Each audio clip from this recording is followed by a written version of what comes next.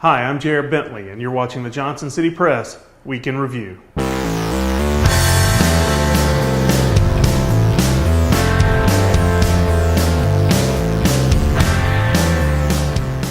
It was a busy news week in the world and local news during the election cycle, plenty going on, but there was one thing that was certainly repetitive in this past week's news items: guns.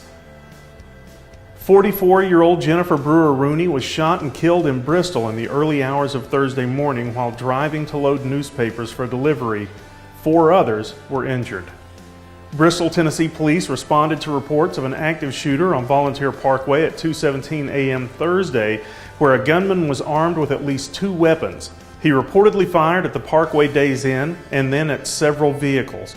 Upon the arrival of 3 officers, the suspect reportedly fired at police.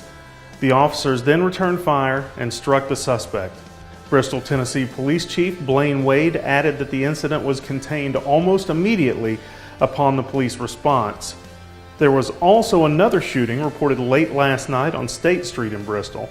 Follow breaking news on jcpvideo.com to find out more as the story unfolds. Last night, snipers opened fire on police in downtown Dallas, killing 5 officers, wounding 7, and sending 2 other civilians to the hospital.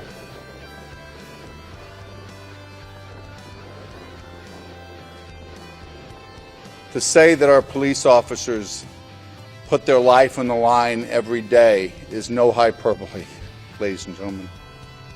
It's a reality. We as a city, we as a country, must come together, lock arms, and heal the wounds that we all feel from time to time.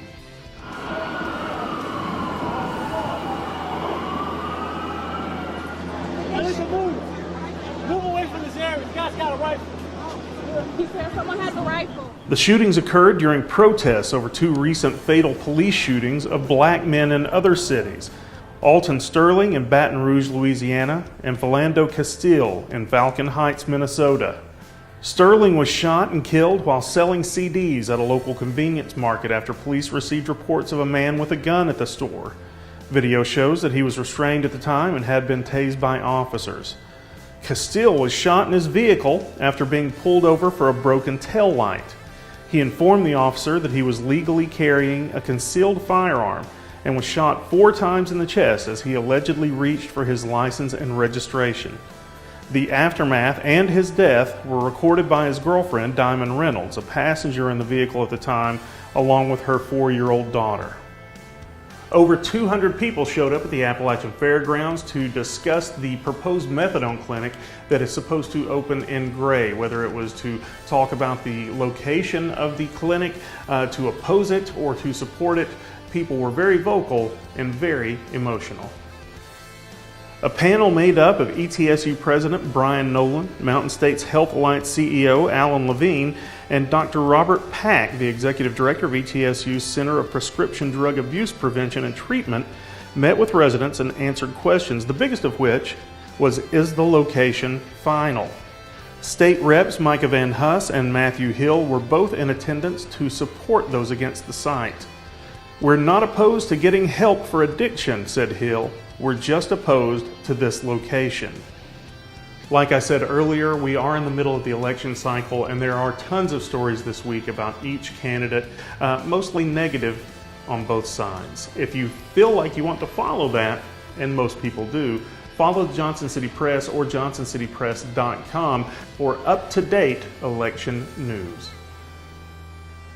And finally, I'd like to finish today's Week in Review on a personal note. If you feel like you need to hate someone, do violence against someone, or speak ill of someone, just stop. Take a breath. Back away. Don't do harm to your reputation or compromise your values, but take a step back and take a breath and decide if it's worth it. Stop hating.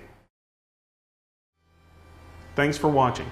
My name's Jared. This is the Johnson City Press Week in Review.